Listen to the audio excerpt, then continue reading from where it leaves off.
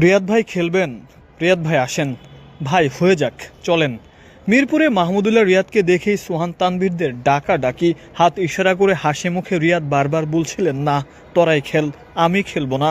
2 বছরের ব্যবধানে তো বদলে গেছে কত কিছুই। মাহমুদুল্লাহ ক্রিকেটকে বিদায় না বললেও এখন আর তিনি জাতীয় দলের অংশ না।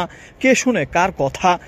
তানভীর তো এসে ধরেই নিয়ে গেলেন বড় ভাই মাহমুদুল্লাহ রিয়াদকে, যেভাবেই হোক তাকে ফুটবল খেলতে মাঠে নামাবেন।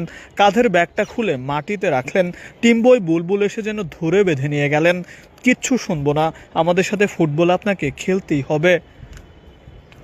শেষ পর্যন্ত মাহমুদুল্লাহ না খেলে সবার সাথে দেখা করে ফিরে এলেন। যতটুকু জেনেছে একটা বিজ্ঞাপনের কাজে মাহমুদুল্লাহ রিয়াদের মিরপুরে ছুটে আসা, তা না হলে ছোট ভাইদের আবদারটা রাখতেন, অনুরোধ রাখতেন, নেমে যেতেন ফুটবল খেলতে। বয়স বাড়লেও মাহমুদুল্লাহ রিয়াদ ব্যাট হাতে কি করতে পারেন সেটা দেখা গেছে এবারের বিপিএলে। খুব বেশি দিন তাকে আর ক্রিকেটের মাঠে দেখা যাবে না ব্যাট হাতে নামতে।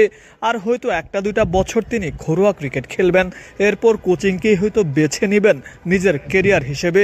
তবে জাতীয় দলের জুনিয়ররা দেখলেই ডাক দেন, কাছে ছুটে আসেন। এটাই তো মাহমুদুল্লাহ রিয়াদের সবচেয়ে বড় প্রাপ্তি।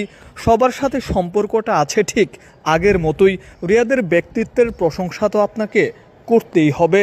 Mirpur Sher e Bangla national cricket stadium থেকে মোকাদ্দেস হোসেন, ডেইলি ক্রিকেট।